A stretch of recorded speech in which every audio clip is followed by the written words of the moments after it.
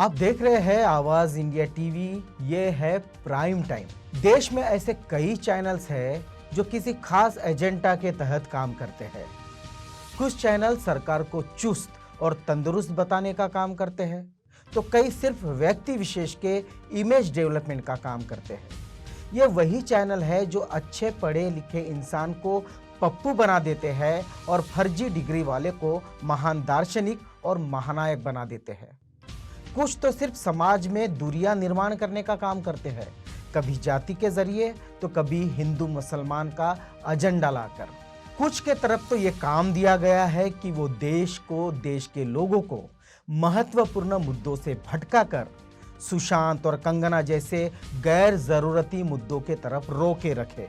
और ये सब फंड के बिना नहीं होता, और फंड आता है स्पॉन्सरशिप से, विज्ञापनों से, और इसके लिए जरूरी है टीआरपी। आपने सुदर्शन टीवी का किस्सा तो सुना होगा, वही जिसने यूपीएससी जिहाद नाम का शो बनाया था। वह मामला जब सुप्रीम कोर्ट पहुंचा तो जजों ने कहा कि कुछ टीवी चैनल सिर्फ टीआरपी का खेल बनते जा रहे हैं। इसी सिलसिले में गुरुवार 8 अक्टूबर को मुंबई पुलिस ने प्रेस कॉन्फ्रेंस करके दावा किया कि उसने एक ऐसे रैकेट का खुलासा किया है जो टीवी चैनलों की टीआरपी हेराफेरी करके बढ़ाने में लगे थे। आखिर क्या है ये टीआरपी जिसको लेकर इतनी हाय तौबा मची है? आइए जानते हैं तफसील से क्या है टीआरपी का मतलब। टीआरपी का फुल फॉर्म होता है टेलीविजन रेटिंग पॉइंट। इन पॉइंट्स के जरिए ही यह पता चलता है कि कोई शो टीवी पर कितना अधिक देखा गया। ये पॉइंट ही बताते हैं कि कोई शो कितना हिट जा रहा है या उसे कोई पूछ भी रहा या नहीं। इसी वजह से अक्सर आपने टीवी चैनलों को अपने प्रोग्राम टीआरपी की नुमाइश करते भी देखा होगा। देखिए टीआरपी क्या है और इसे लेकर चैनलों में इतनी मारामारी क्यों है। मुंबई पुलिस का कहना है कि उसने पैसे देकर चैनल की टीआरपी बढ़ाने की कोशिश करने वाले एक रैकेट का पर्दाफाश किया है। मुंबई पुलिस के अनुसार अभी तक इसमें 3 चैनलों के कथित तौर पर शामिल होने के बारे में पता चला है। पुलिस ने रिपब्लिक टीवी का नाम लेते हुए कहा कि उसने टीआरपी सिस्टम के साथ छेड़छाड़ की है। हालांकि रिपब्लिकन टीवी ने इस तमाम आरोपों को खारिज कर दिया है। लेकिन इसी बीच सवाल ये उठता है कि टीआरपी है क्या और टेलीविजन के लिए ये अहम क्यों है। टीआरपी यानी टेलीविजन रेटिंग पॉइंट एक खास टूल है जिससे इस बात का आकलन लगाया जाता है कि कौन से कार्यक्रम या चैनल टीवी पर सबसे अधिक देखे जाते हैं। ये लोगों की पसंद को दर्शाता है और इसका सीधा नाता टीवी पर दिखाए जाने वाले कार्यक्रम से होता है। इस रेटिंग का फायदा कंपनियां और विज्ञापन लेने वाली एजेंसियां लेती है, क्योंकि इसके जरिए उन्हें यह तय करने में मदद मिलती है कि उनके विज्ञापन किस कार्यक्रम के दौरान अधिक देखे जा सकते हैं। मतलब ये कि जो कार्यक्रम या टीवी चैनल टीआरपी रेटिंग में सबसे आगे है उसे अधिक विज्ञापन मिलेगा, यानी अधिक पैसा मिलेगा। हालांकि साल 2008 में ट्राई ने टेलीविजन ऑडियंस मैनेजमेंट से संबंधित जो सिफारिशें दी थी उसके अनुसार विज्ञापन देने वालों को अपने धन पर पूरा लाभ मिले, इस कारण रेटिंग्स की व्यवस्था बनाई गई थी। लेकिन ये टेलीविजन और चैनल के कार्यक्रमों में प्राथमिकताएं तय करने का बेंचमार्क बन गया है। जैसे कि सीमित संख्या में जो देखा जा रहा है वही बड़े पैमाने पर लोगों को भी पसंद होगा। जानते हैं कौन देता है टेलीविजन की ये रेटिंग्स। साल 2008 में टैम मीडिया रिसर्च और audience management and analytics limited तक टीआरपी व्यावसायिक आधार पर टीआरपी रेटिंग दिया करते थे। भारतीय दूरसंचार नियामक यानी ट्राई के अनुसार इन दोनों एजेंसियों का काम न केवल कुछ बड़े शहरों तक सीमित था, बल्कि ऑडियंस मैनेजमेंट के लिए पैनल साइज भी सीमित ही था। इसी साल ट्राई ने इसके लिए सूचना प्रसारण मंत्रालय से इंडस्ट्री के प्रातिनिधिक के नेतृत्व में स्वनियमन के लिए ब्रॉडकास्ट ऑडियंस रिसर्च काउंसिल यानी बार्क की सिफारिश की। इसके बाद जुलाई 2010 में बार्क अस्तित्व में आया। हालांकि इसके बाद भी टेलीविजन रेटिंग देने का काम टैम ने ही जारी रखा, जबकि AMAP ने ये काम बंद कर दिया। इसी बीच इस मुद्दे पर चर्चाओं का दौर जारी रहा। जनवरी 2014 में सरकार ने टेलीविजन रेटिंग एजेंसीज के लिए पॉलिसी गाइडलाइंस जारी की और इसके तहत जुलाई 2015 में बार्क को भारत में टेलीविजन रेटिंग देने की मान्यता दे दी। चूंकि टैम ने संचार मंत्रालय में इसके लिए रजिस्टर्ड नहीं किया था, उसने ये काम बंद कर दिया।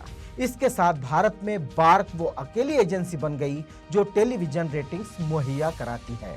बार्क में इंडस्ट्री के प्रतिनिधि के तौर पर Indian broadcasting foundation, Indian society of advertisers और advertising agency association of India शामिल हैं। कैसे की जाती है रेटिंग?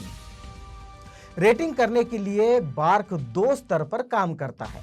पहला, घरों में टेलीविजन में क्या देखा जा रहा है, इसे लेकर बड़े पैमाने पर सर्वे कराया जाता है।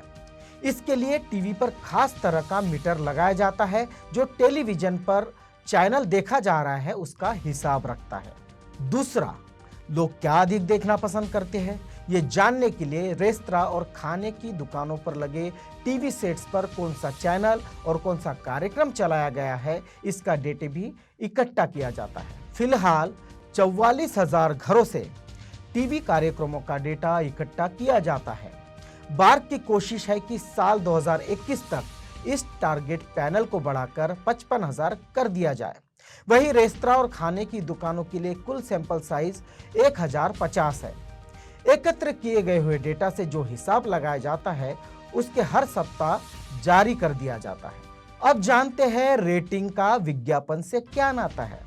सरकारी आंकड़ों के अनुसार भारत 1.3 अरब लोगों का देश है, जहां घरों में 19.5 करोड़ से अधिक टेलीविजन सेट है। जानकारी के अनुसार ये बड़ा बाजार है और इस कारण लोगों तक पहुंचने के लिए विज्ञापन बेहद अहम है।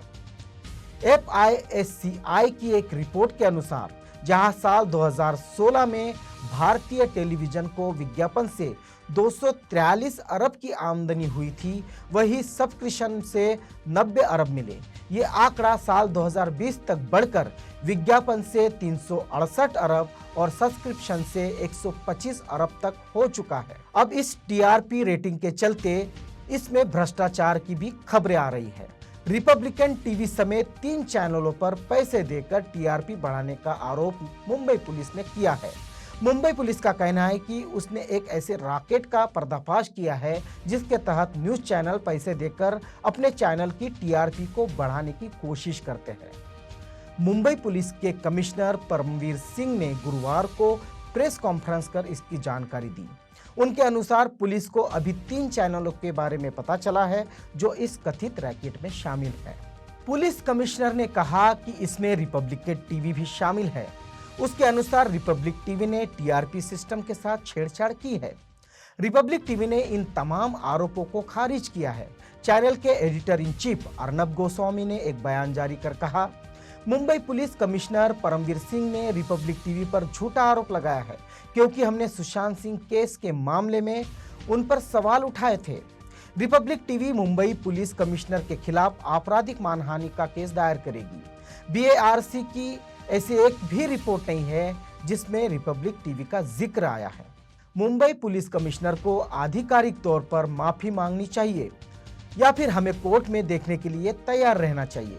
पुलिस कमिश्नर के अनुसार 2 मराठी चैनल के मालिकों को भी गिरफ्तार कर लिया गया है। पुलिस ने बताया कि TRP का सीधा संबंध विज्ञापन से मिलने वाले पैसों से है और TRP में जरा सा भी फर्क आता है तो इससे हजारों करोड़ों की आमदनी पर असर पड़ता है।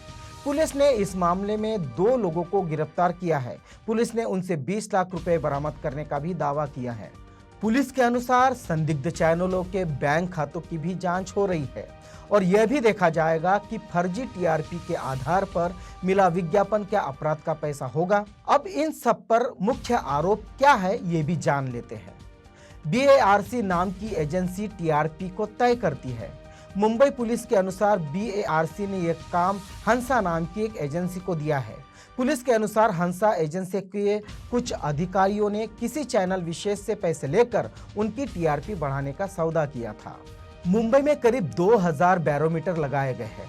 लेकिन पुलिस का कहना है कि अगर मुंबई में ऐसा हो रहा है तो इसकी पूरी आशंका है कि देश के दूसरे इलाकों में भी यही खेल खेला जा रहा है। पुलिस के अनुसार लोगों को अपने घरों में किसी विशेष चैनल को अपने टीवी पर लगाने के लिए करीब 400-500 रुपए हर महीने दिए जाते थे। पुलिस कमिश्नर ने कहा कि चैनलों के जिम्मेदार लोगों के खिलाफ भी कार्रवाई होगी। उन्होंने कहा कि जांच के अनुसार जिसको भी बुलाने या पूछताछ की जरूरत होगी उसको जरूर बुलाया जाएगा। पुलिस कमिश्नर ने कहा कि रिपब्लिक टीवी के मालिक और editor in chief Arnab Goswami को भी समन भेजा जाएगा। कमिश्नर के अनुसार संयुक्त आयुक्त लेवल के एक अफसर की निगरानी में इस पूरे मामले की जांच की जा रही है। कुछ चैनलों द्वारा टेलीविजन रेटिंग पॉइंट्स टीआरपी में छेड़छाड़ करने संबंधी खबरों के बीच कांग्रेस सांसद शशि थरूर की अध्यक्षता वाली सूचना एवं प्रौद्योगिकी से जुड़ी संसद की स्थायी समिति ने इस मुद्दे पर गौर करने का फैसला लिया है। सूत्रों ने शुक्रवार को ये जानकारी दी। कांग्रेस सांसद और इस समिति के सदस्य कीर्ति चिदंबरम ने थरूर से आग्रह किया था कि इस मामले में विचार हो और सूचना एवं प्रसारण मंत्रालय के अधिकारियों को स्पष्टीकरण देने एवं उनकी ओर से उठाए गए सुधारात्मक कदमों के बारे में जानने के लिए समिति के समक्ष बुलाया जाए। सूत्रों ने बताया कि टीआरपी में छेड़छाड़ संबंधी खबरों को लेकर समिति गंभीर है और वह इस पर विस्तार से चर्चा करेगी। कीर्ति चिदंबरम ने थरूर को लिखे पत्र में कहा कि इस व्यवस्था के आधार पर सरकार के विज्ञापनों का खर्च निर्धारित होता है और ऐसे में गलत आंकड़ों के आधार पर जनता का पैसा खर्च नहीं होना चाहिए। टीआरपी के माध्यम से ये सब तय होता है कि कौन सा चैनल अथवा कार्यक्रम सबसे ज्यादा देखा जा रहा है। कीर्ति ने यह सब मामले पर समिति द्वारा गौर किए जाने की मांग उस वक्त उठाई है जब बृहस्पतिवार को मुंबई पुलिस ने दावा किया कि उसने टीआरपी में छेड़छाड़ के गिरोह का भांडाफोड़ किया है। पत्र में कांग्रेस सांसद ने कहा, इस हालत को देखते हुए आगे चर्चा की जानी चाहिए कि जरूरत है समिति को इस मुद्दे पर गौर करना चाहिए। पूर्व सूचना एवं प्रसारण मंत्री मनीष तिवारी ने भी कहा कि इस मामले को संसद और सरकार को गंभीरता से लेना चाहिए। सूचना प्रसारण मंत्री प्रकाश जावड़ेकर ने टीवी समाचार चैनलों में टीआरपी के आधार पर खबरों और गैर संयमित प्रसारण पर चिंता व्यक्त करते हुए कहा कि तमाम शिकायतों एवं दबाव के बावजूद सरकार मीडिया पर अंकुश लगाने के पक्ष में नहीं है, लेकिन मीडिया को आत्मनियमन की जरूरत है। आपको बता दें कि मंत्री ने एक कार्यक्रम में कहा कि मीडिया को लेकर कई सवाल उठ रहे हैं। पहले पीत पत्रकारिता होती थी, अब पेड न्यूज, फिर फेक न्यूज और अब टीआरपी पत्रकारिता हो रही है। मीडिया को आत्मनियमन की जरूरत है। टीआरपी के बोझ ने मीडिया की ऐसी स्थिति बना दी है जिसे सुधारना बेहद जरूरी है। उन्होंने कहा, उकसाने वाली खबरें दिखाना जाना बहुत अनुचित है। टीवी मीडिया के नियमन से जुड़े निजी संस्था ब्रॉडकास्ट ऑडियंस रिसर्च काउंसिल के सदस्य भी खबरों को लेकर शिकायतें लेकर आते हैं। सरकार मीडिया की आज़ादी पर विश्वास करती है और इस पर अंकुश लगाने की सोच नहीं रखती। मीडिया को स्वयं अपने ऊपर नियमन की स्थिति लानी होगी। पत्रकारिता के मूल्यों को बचाने का दायित्व स्वयं मीडिया के ऊपर है। पत्रकारिता का आज का स्तर क्या है?